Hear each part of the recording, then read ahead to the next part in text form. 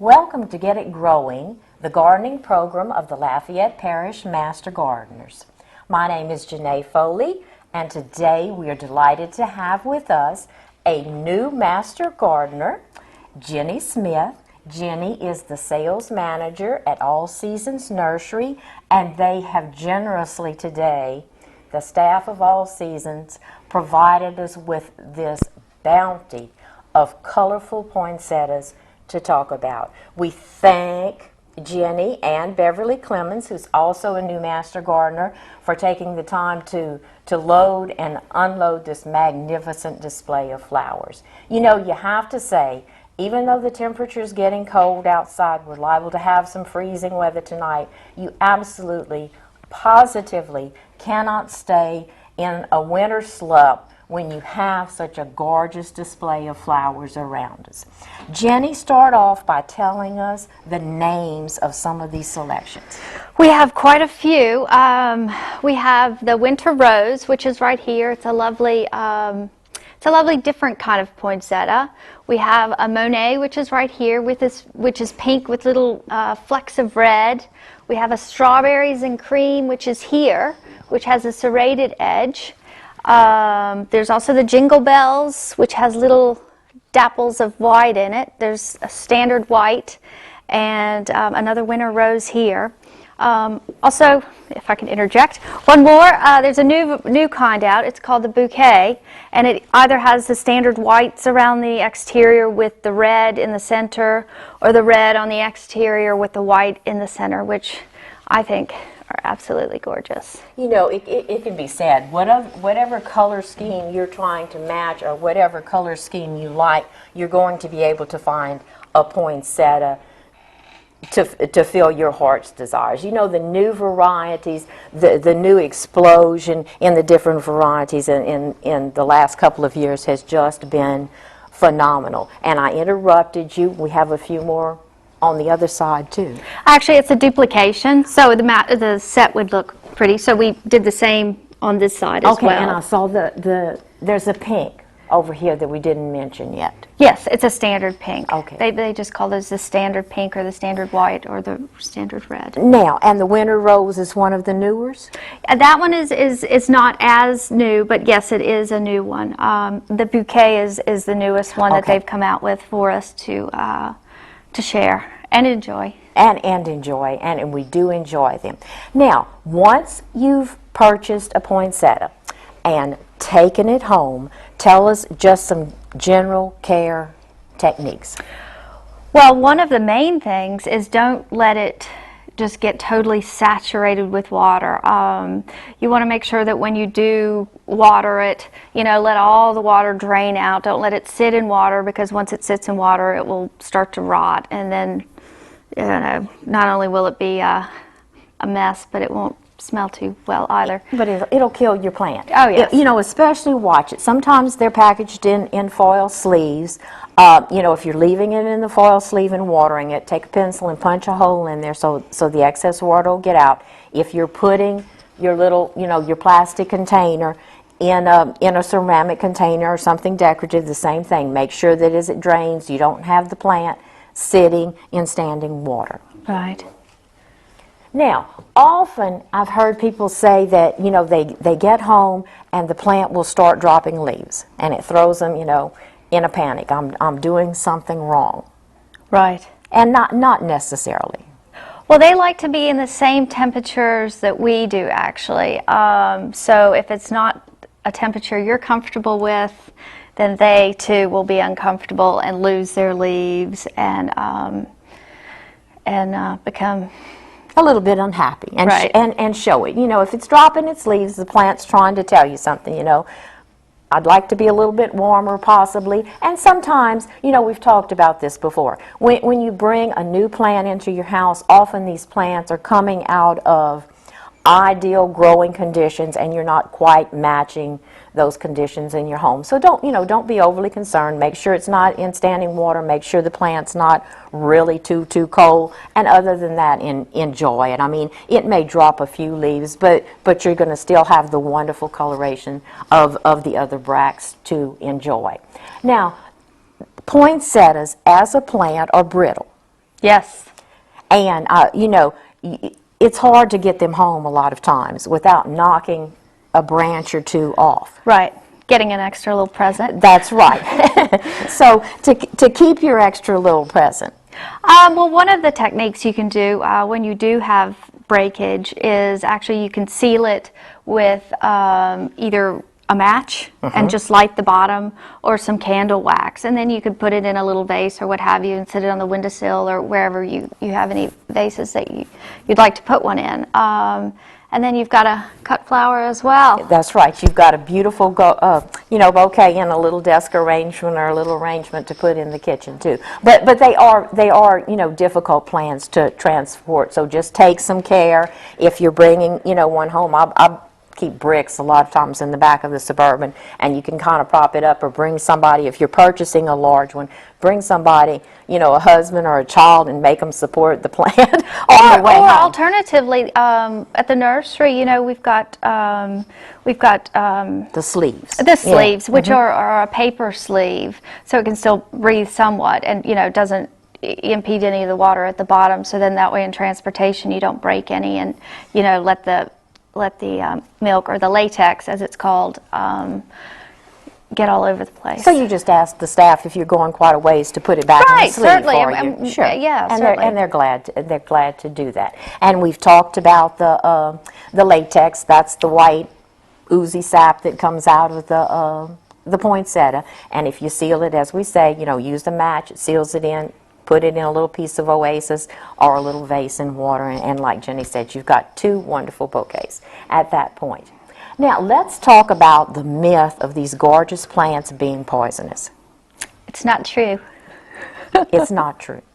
So, typically, and we've researched, there are list and list and list of poisonous plants, and it's really of plants, let's say, that are considered poisonous, just, like you say, kind of wives' tales. Most of the time, the amounts that you would have to consume are just astronomical. It's not going to happen in a typical household. By a child or a dog, either. Either Certainly. one. I've read, I think it's something like 50 leaves, and, it's not going to be a critical care situation. So enjoy your poinsettia. I mean, you don't want your dog eating 50 leaves of any plant in your house, or a child. And either way, it's going to be a mess. either way, it's going to be a mess. But don't be, overly concerned about the poisonous rumors about these plants, because you're taking care. I've had plants and kids and dogs for many years, and have never had an incident where somebody chowed down on a plant. Right. So you exercise normal caution. I mean, if the child's that hungry, feed them. You've got another problem here. Right. And I know many people want to know what you do with the poinsettia at the end of the Christmas season. Well, you don't have to put it in the trash or get rid of it, so to speak. You can actually get it to rebloom and keep it for next season, and get it to bloom again. I'm sure, Janae, how with the darkening process and what have you for getting it to rebloom, and it's just by covering it up and giving it a certain amount of darkness, and they will rebloom. And, that's fun to talk about it. I've tried it a couple of years, just, sort of playing around and experimenting. It's a lot of work. First of all, like you said, Jenny, they're tropical plants. Right. So you've got to wait until it's really warm. So you're taking care of this plant that's looking more and more scraggly, and finally you put it out, but you've got to find a place that's getting 12, 14, 16, 18 hours of dark, which means, it can't be near a porch, it can't be near a street light, or you're gonna ruin the blooming cycle. So, and I can say this from having tried it a couple of times, if you're really in love with poinsettias at this time of year, purchase poinsettias, enjoy them in your home. I mean, if you really want to stick one back by a fence and see what you can do, but you're not going to get a repeat of this kind of bloom. You know, we've Not talked the same about magnitude. no, we've talked about this, that you know the wonderful availability of plants that we have now at reasonable prices. You know, you select within your budget and enjoy the plant, and then you know consign it to that great compost pile. And next year, you know, start the process all over again. Right. And we might just mention in passing, we're talking about a little technical information here, that really the gorgeous part of this plant that we're enjoying is not the flower of the plant. It's the brackets which are surrounding the flower, which actually the flower is, you know, actually the size of about a quarter. Not this huge foot-long part, but just this part right here is the flower, and these are the brackets, which, you know, are just a really lovely leaf. Right, and it's sort of like the shrimp plant, you know, which is the same thing. The portion of the plant that we enjoy of the shrimp plant are the bracts of the plants too. But that's just a little bit of technical information for you. Well, like on this one, it has an absolutely gorgeous, all the way up the stem, it's got the green brackets of the leaves here, and then it's got the flowers going all the way up the center. Now so this one, what, was the Monet? yes, that's the Yeah, Monet. let's pull it out. Let's make sure, see, hopefully they can get, because it is different, a little bit different, where you're getting the, So you've got color all the way up, which is a little, you know, I think it's a little more exciting than a basic green stalk, but I think it's notably different. but they, you know, each and every one of them is gorgeous. I We just get something for our demonstrated. vase. I just demonstrated, yes, how one breaks a piece off of a brittle poinsettia. Now, today we didn't have really room, but we do want to talk about some other plant selections that are available for the holidays. There are many Christmas cactuses. And in several colors. And in almost as many, not quite as many colors as the poinsettias, but they are a popular plant. There are many varieties of them in your local gardening centers available, and we want to talk a little bit about their care too. When you bring your Christmas cactus home, it's liable to be in bud. Correct. Or actually, you know, if it stays warm, you know, some are actually starting to open. How do we care for those when we get them to the house? Well, one of the main things is that it's the misconception is that it is a cactus, and it is not a cactus, and you actually need to water it. So that is one of the main things. It definitely still certainly needs water. And as far as I wouldn't take it, you know, you can take it outside come, you know, spring at the end of February or what have you, but I wouldn't put it anywhere where it could get, you know, susceptible to cold weather as well. Okay, so you keep, you know, the same thing. You bring this plant home, you keep it comfortable. As Jenny said, if you're comfortable, these more tropical plants are going to be comfortable too. Now, I seem to have a problem with breakage. You know, y'all are finding out all about my breakage habits here.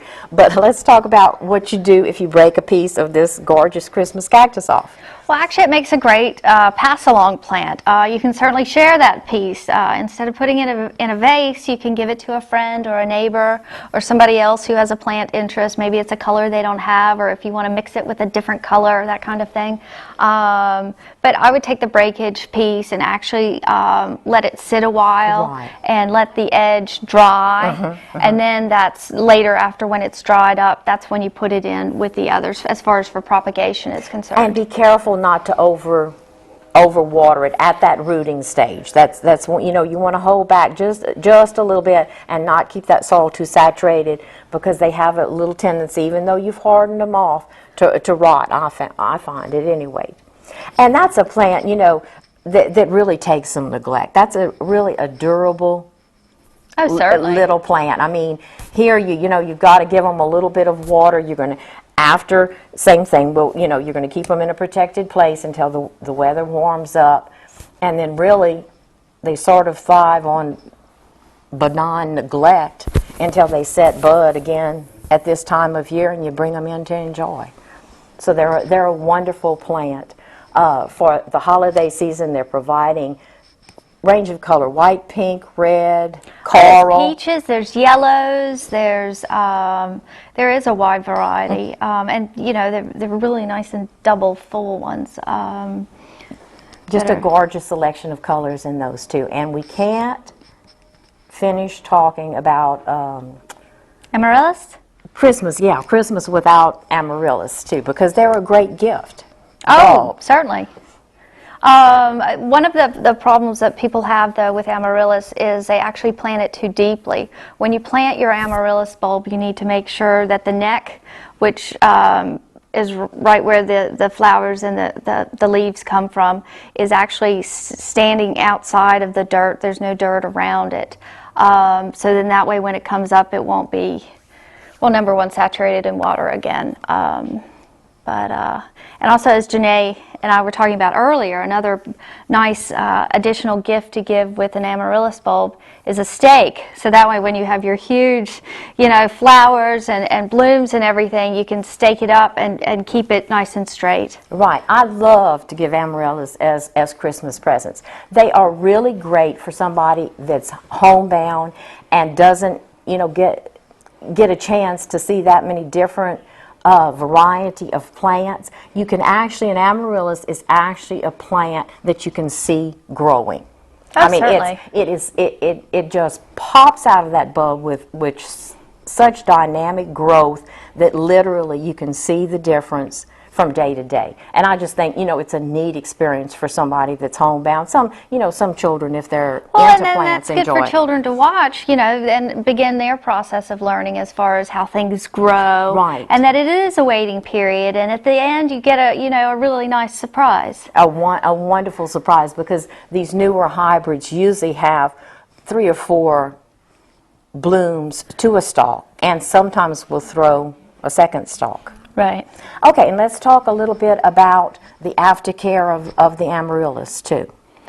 Well, after all the blooms have expired, I would take each of the blooms off and, you know, Cut that stalk off. cut the stalk off. You can then treat it as a house plant if you want to keep it indoors and not plant it outside. But you can keep it indoors, treat it like a house plant, you know, with fertilization and what have you, and it will again rebloom. But the leaves are the part of the fertilization. You just have to give it the time. You just, yeah, and that's the big thing I think with the amaryllis is now some of the varieties will adapt to outside, and it just sort of depends on the variety, and it takes them a while. If you know, you've seen people with these wonderful amaryllis borders. If you're choosing to take it and plant it outside rather than, you know, keep it inside, it takes that plant a while to readjust to acclimate to the outside, and you might lose a year, possibly 2 of blooms, because blooming indoors depleted it, and so it might just take that bulb a while to build up reserves again. But you're not doing anything wrong, and different varieties just respond faster than other varieties. But, you know, you just have, it is amazing the variety of Christmas plants that we can choose from, even as opposed to 20 years ago. Do you have a personal favorite?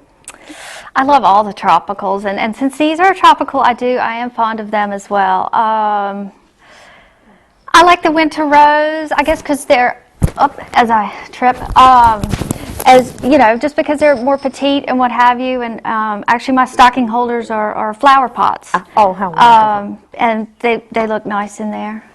Now, we have talked about some of the more pleasant aspects of winter, in that we have the winter varieties of plants available to us, in the poinsettias and the amaryllises and the Christmas cactus. Okay, and we're skipping over the fact that okay, you can actually purchase the amaryllis. We skipped over that fact in 2 forms. Right. Okay, you can purchase them already Potted up and ready to go, sprouted, you know, with instant gratification, not Right. far away. But basically, if you were to start from the very beginning and just get the bulb, you've got 6 to 8 weeks. Right. to get to the point where you're about to have a bloom. Okay, so and then you're gonna pot it up in good potting soil, like you're treating it as any other plant. Right, and watering it as well. And watering it as well. And they're also pointing out to us that we haven't talked about the paper whites, which is another selection at this holiday time of year.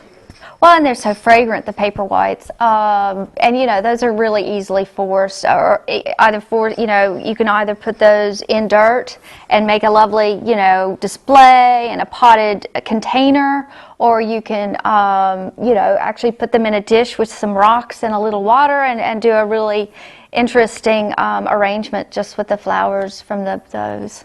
Right, and the paper whites, we're going to, definitely say you treat those as disposables. They're not going to recover in your garden. No. So if you choose to get the paper whites and you're doing either in a pot or in the gravel bed, you're just going to have to be hard-hearted and throw them out at the end of the season. Into your compost pile. Into your compost. Right. Into your compost pile.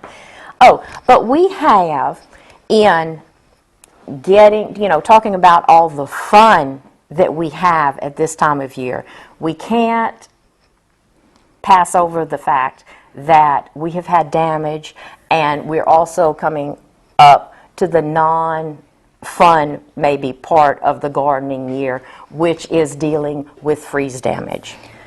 And we're seeing big examples, large examples of freeze damage at the demo garden and in people's gardens around town. So we're going to briefly just go over some of the basic guidelines for dealing with freezing and dealing with freeze damage.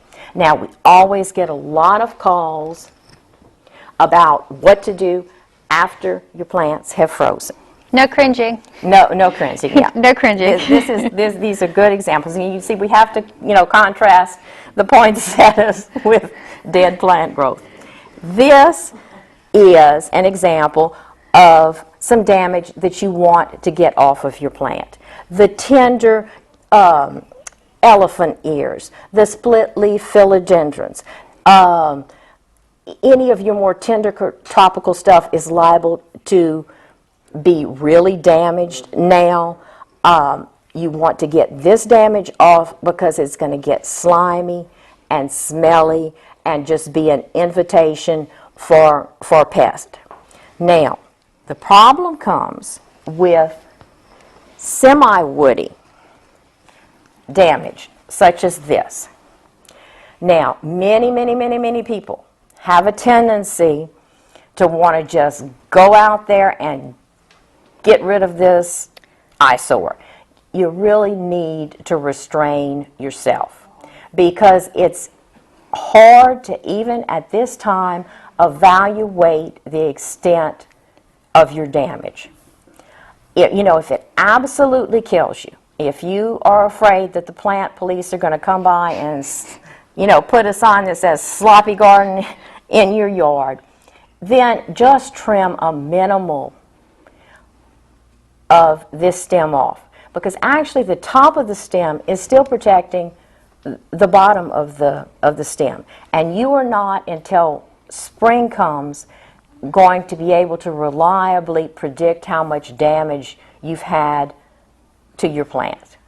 So I mean, if it absolutely positively drives you crazy, kind of tidy up, but still leave some stem protection. Don't rush out and just start, cutting everything to the ground, especially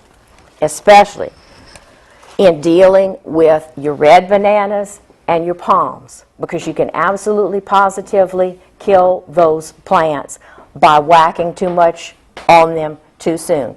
The red banana is not going to sucker.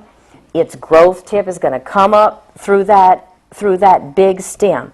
Do not cut that plant to the ground.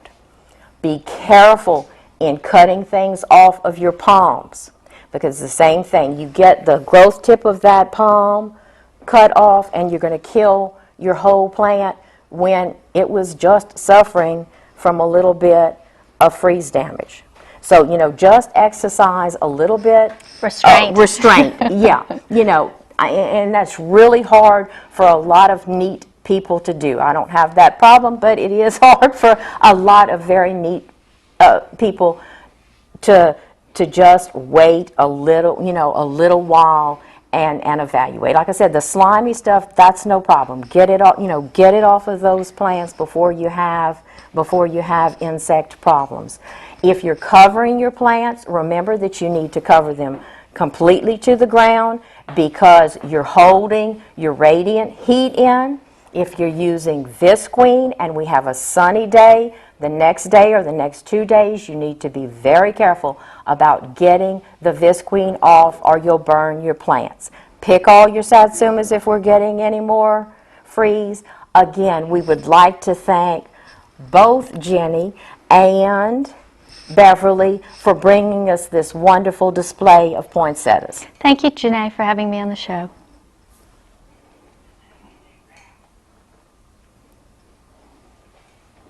All right, we're done. We done.